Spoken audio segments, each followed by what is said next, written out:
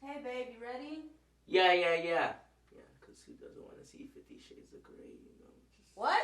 Nothing. Isn't it romantic was so good, right? Yeah, so great.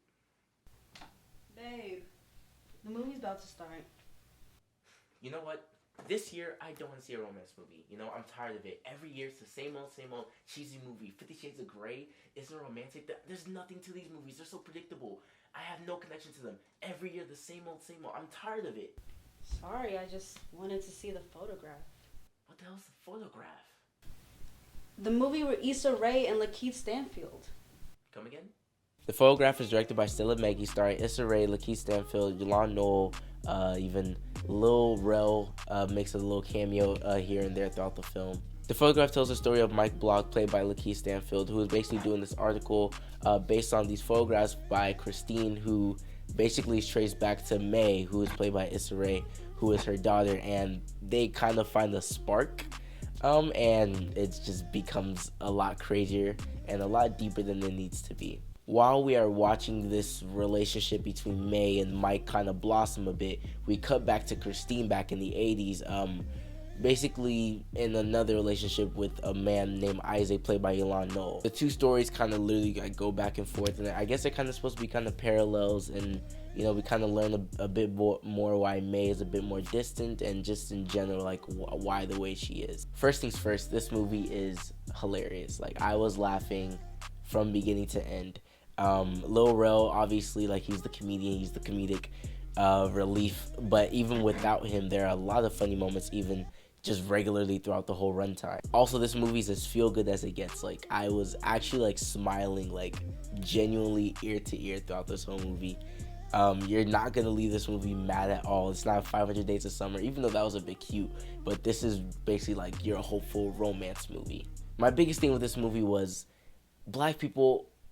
In a while, we haven't gotten like our romance movies, especially Valentine's Day. I mean, like you guys saw in the skit, we got the same over and over, the same things over and over again, and it was good to see something that was different, and also by my people that I also really enjoyed. Stella Maggie does a pretty good job directing, as she is very subtle with her direction. Nothing in this movie is very much like over stylized. That's even with cinematography. Everything technically wise is very subtle, very simple, but it's also good because she lets her script and the performances by her actors and actresses basically carry the film. Lakeith Stanfield is pretty much like Hollywood's chameleon right now. He can basically do anything, from Knives Out to this. He is great in this film.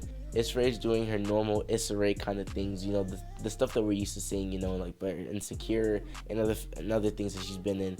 But she is given a few more dramatic moments, and I was really taken aback by that because I'm not used to really seeing that from her. I mean, we get a few of that in Insecure, but it's still more about her life, to where this is pretty much something that, this is somebody else's story, so it's good to see her kind of like branch out a bit. Now, the storyline between Christine and Isaac is pretty good. I enjoyed it for the most part. There are a few parts I didn't dislike. There's just a few inconsistencies, just a few things that you have to suspend your disbelief. You're like, really?